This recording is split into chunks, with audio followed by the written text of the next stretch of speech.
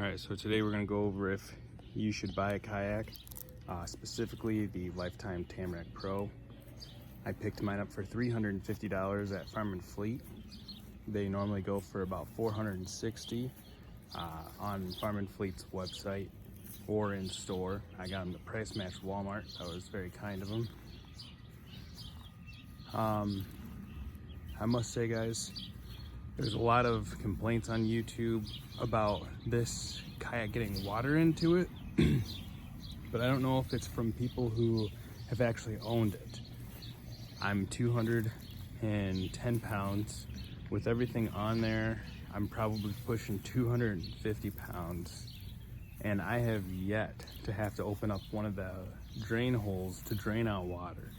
This thing does not hold water. I do not sink in it. It's a great kayak. As you can see, I'm running a Yak Attack anchor trolley system on the left side. The only complaint I have about that is my own doing. I should have ran that further to the front and further to the back. On my basket, on my kayak basket, I've got two Ozark Trail rod holder mounts that I bolted on and a retractable clothesline hanger system that I also bolted in. I've got, as you can see, 4 Ozark Trail tackle boxes in there with a soft plastic bag inside, and I've got my anchor system on in there as well. I'm running the Pelican Angler paddle. I've got 2 Lew's bait casting setups, one Abu Garcia bait casting setup, and a 13 Finesse Ned rig setup. I'm new to the Ned rig. I'm having a blast with it. And I'm running a GoPro Hero 8 for taking all my on the water videos. The Apache case holder right here, it holds extra GoPro batteries.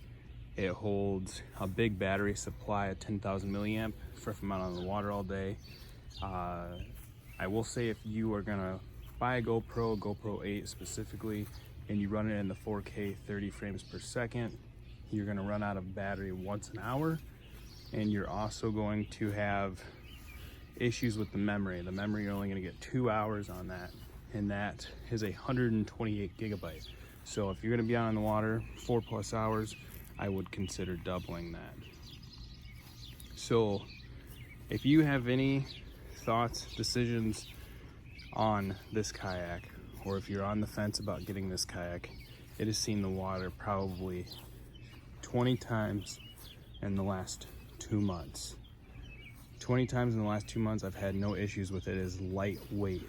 It is lightweight. I can pick this thing up by both handles, put it right into my truck. I don't need a dolly system to roll it anywhere. I haven't needed a dolly system to roll it to any of the locations that I've fished. It is 50 pounds. I'm a bigger guy. I can usually handle that kind of weight. I'm not saying that you guys can't. I'm just putting that out there. You can manhandle this kayak. If you're fishing a lake that leads into another lake and you need to pick it up and get over to that lake, this is gonna be lightweight. It's gonna do the trick. If you're looking as a first-time buyer, highly recommend this kayak. I have a Yak Attack anchor cleat mounting system right there. It's working great. I've had no issues with it. I've got a video on how I put that in on YouTube as well. Check that out. I think what I'm gonna do is I'm gonna order 3 more. I'm gonna put one here, on the other side of that, and then on the other side of that. And what I think I'm gonna do is put down a different tie down system for my truck. What I'm doing currently is I'm putting everything through a system right through here, which, I don't know, probably not good after a while. So I'd like to nip that in the butt before it gets worse, or if it starts to fall apart. This guy right here though, this GoPro mount, it's a lot of fun. I will say the weirdest thing about taking a kayak out is filming yourself. You usually don't know what to say, especially right now. you know, I got my neighbor guy watching and it's a little weird, but it is what it is. A couple of other things about this kayak. I do like this design right here to have your measurement of your fish. I do like that. I have not moved these feet holders once. Once those things are in place, they stay in place. This is not a cheap kayak. There's a couple guys on here on YouTube, and I've watched their videos for reviews. They talk about how it's molded, how it's cheap, how it's, you know, a budget-friendly kayak. It's a budget-friendly kayak. But like I said, I'm 210 pounds. I manhandle this thing. I do take care of it. I will say that. But it's one of those ordeals where it's built well. I trust myself on it. I don't trust myself to stand on it. I mean, I'm not dumb. I know better. This is a strictly sit-in kayak. I have not come close to flipping in it. I've had guys on boats, you know, move the wakes or the waves or whatever you want to call it in the water. It's pretty steady. I'm running a 3-pound anchor on here. I will say, me being a bigger guy, I might have to upgrade that to a 5-pound anchor, but that 3-pound anchor tends to stay in place. This is just a red t-shirt that I tied off right here onto the kayak itself. The reason why I have that there is just so I never forget to do that when I'm loading it up. It does get a little wet in the water, but I just leave it there. So I leave that red on there because you need that per law when you've got something extending your truck. The seat dries off pretty quick. I don't run any scupper plugs. I had some scupper plugs for like a day. I lost them. I'm irresponsible. When I did have the scupper plugs, I wasn't getting any water inside the kayak either. I think the only reason why you'd get water inside of a kayak is from potentially rowing a little sloppy, but I'm not having any issues with that either.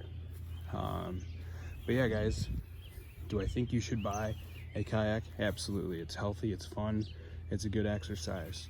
Do I think you should buy the Tamarack Pro? You don't specifically have to buy this one, but I can tell you from experience, these holes right here that people are talking about on their channels, saying that they're getting water in there, that's a bad design, yada yada yada. I haven't had any issues. No water whatsoever has gotten into these holes. None. This kayak has been dry on the inside since day one, and that's after 20 times of use. This is my setup. You guys are more than welcome to steal any ideas. I'd show you the center console. Actually, I'll show it to you anyways. It's basically like my dump off. My kayak starts off clean for the day. I remove my baits and I just chuck them in there. You know, I got a couple of my stuff or a couple of my baits in there, and what I usually do is before I'm on the water again, I line my poles up, I put everything away, and that's empty. That usually starts off the day empty. Yeah, guys, like I said, if this is something that you're considering, highly suggest the Tamarack Pro as one of your first kayaks. I do like it better than my wife's Teton just because of the adjustable foot mounts, and I feel like it's wider inside. It's wider inside, and it has the I'm sorry, I keep calling it a trunk, that center console or whatever you want to call it there. I like that. But yeah, let this be your decision decider, and hopefully this helps you out. Thank you for watching.